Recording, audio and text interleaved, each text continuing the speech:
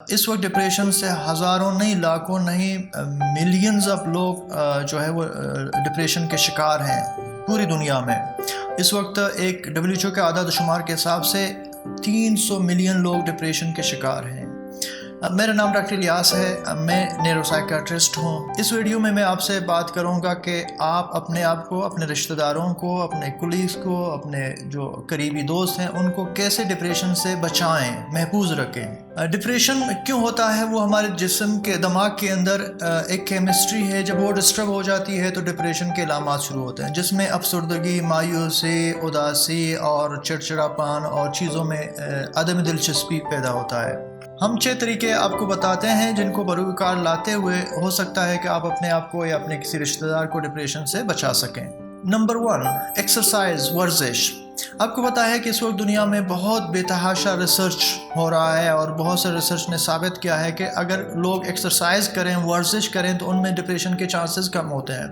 اور بہت ساری تحقیق نے یہ بھی بتایا کہ جو لوگ ڈپریسڈ ہیں، اگر وہ اپنے ایکسرسائز کریں، ورزش کریں تو ان کی جو ڈپریشن ہے یا تو ختم ہو جاتی ہے، یا لیول کم ہو جاتی ہے، یا بہتر ہو جاتی ہے۔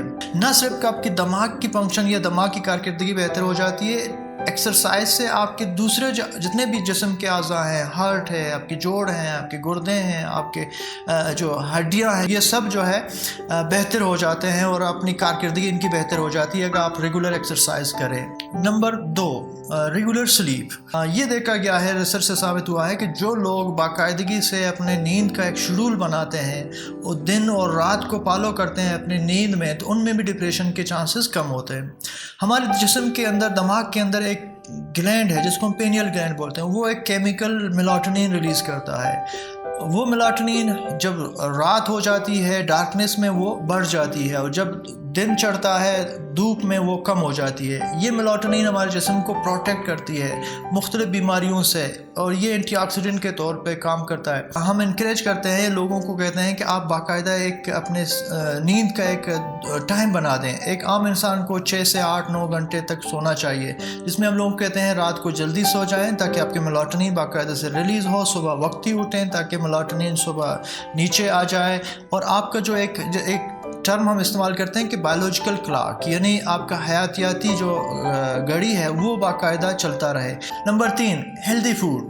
آپ کو پتہ ہے کہ خوراک ہماری زندگی کا ایک حصہ ہے، ہم خوراک کھاتے ہیں، لیکن جب ہم ہیلدی فوڈ کی بات کرتے ہیں، ہم اس خوراک کی بات کرتے ہیں جب ہماری صحت کے لیے بہتر ہو، جس میں گرین ویجیٹیبلز ہیں، جس میں سلاد ہے، جس میں لیگیومز ہیں، جس میں فش ہے، مچھلی۔ یہ دیکھا گیا ہے کہ ان تمام جو فوڈز ہیں، یہ آئٹمز ہیں، ان کے اندر کچھ اینٹی آکسیڈنٹ ہوتی ہے اور کچھ ایسی کیمیکلز پائی جاتی ہے جو ہمارے جسم و بشمول دماغ کے، ان کی فعالیت کو، ان کے کردار کو یا ان کو بہتر بناتی ہے۔ نمبر 4، یہ نئی جتنی بھی تحقیق ہوئی ہیں ان سے یہ ثابت ہوا ہے کہ جو لوگ شوگر زیادہ لیتے ہیں تو ان میں ڈپریشن یا اسٹریس کے چانسز بہت زیادہ ہوتے ہیں۔ یہ دیکھا گیا ہے کہ جو کاربوہائیڈریٹ فوڈز ہیں، جو پروسیسڈ ہے، جو شوگر عام طور پہ ہم چائے میں، خوراک میں ڈالتے ہیں، وہ پروسیسڈ فوڈ میں آتا ہے۔ وہ ہمارے جسم میں جب ہم استعمال کرتے ہیں تو جا کے وہ ٹاکسین بڑھا دیتا ہے، جسم کو کمزور کرتا ہے، اور دماغ اس سے بھی کمزور ہوتا ہے اور اسٹریس کو بڑھا دیتا ہے۔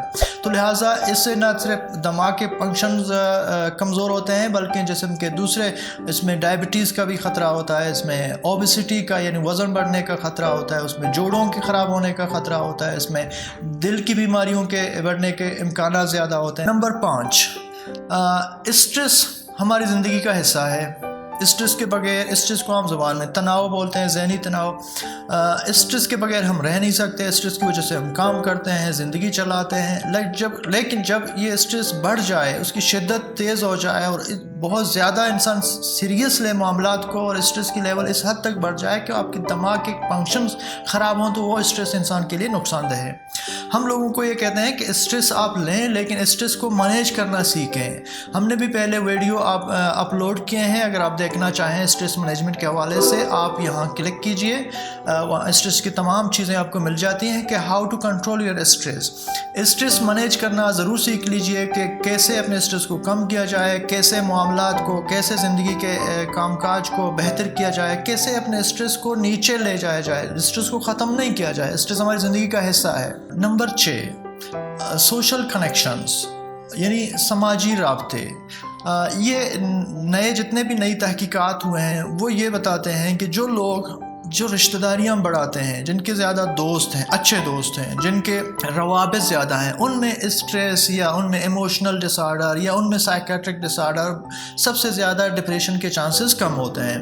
اس میں یہ ہے کہ جو لوگ اپنے رشتہ داروں کے پاس جاتے ہیں، وہاں چائے پیتے ہیں، سنڈے گزارتے ہیں، اپنے گھر بلاتے ہیں، دوستوں کے پاس جاتے ہیں، گپ شپ کرتے ہیں، ٹائم پاس کرتے ہیں اور دوستوں کو فون کرتے ہیں، بیمار کی عادت کرتے ہیں، مہمان کے پاس جاتے ہیں، مہمان بلاتے ہیں، ایسے لوگ جن کے تعلقات لوگوں میں زیادہ ہیں، زیادہ روابط بڑھاتے ہیں، ان میں ڈپریشن کے چانسز کم ہوتے ہیں۔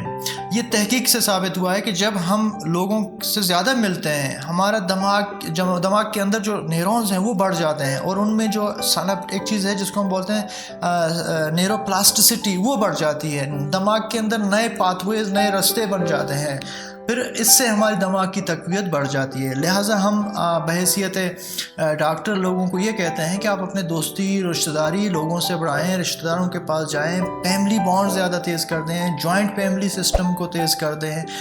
لیکن اس میں ایک چیز ضرور یاد رکھیے کہ آپ جتنے بھی رشتے بڑھاتے ہیں، دوست بڑھاتے ہیں، ان میں اچھے لوگوں کے ساتھ دوستی، جس میں آپ کو ٹرسٹ ہو، وہ آپ کو حوصلہ دیں، جو آپ کی مدد کریں، جو آپ کو ہمیشہ عزت دیں، ان لوگوں کے ساتھ رشتے بڑھائیں۔ نہ چاہے کچھ لوگ ہوتے ہیں کہ جی ہمیشہ برا سوچتے ہیں، برے محفل میں، وہاں پر انسانی صحت زیادہ متاثر ہونے کے امکانات اور زیادہ بڑھ جاتے ہیں۔ لہٰذا اچھے رشتے دوستوں کے ساتھ، رشتہ داروں کے ساتھ بنانے سے بیماری اور بشمول سائیکیٹرک ڈس آرڈر، جس میں ہم ڈپریشن کی بات کرتے ہیں، ان کے چانسز بھی بہت کم ہو جاتے ہیں۔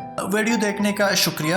آپ سمجھتے ہیں کہ اس ویڈیو سے آپ کو فائدہ ہوا یا آپ کے کسی دوست کو، رشتہ دار کو فائدہ ہو سکتا ہے، تو کائنڈلی ان کے ساتھ شیئر کیجیے گا۔